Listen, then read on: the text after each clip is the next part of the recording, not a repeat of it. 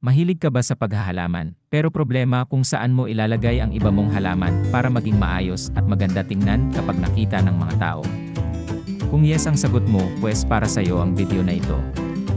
Sa pamamagitan ng tamang pagpili at paggamit ng tamang lagayan, maaari nating mapabuti ang kalidad ng lupa, supply ng tubig, at sustansya ng mga halaman.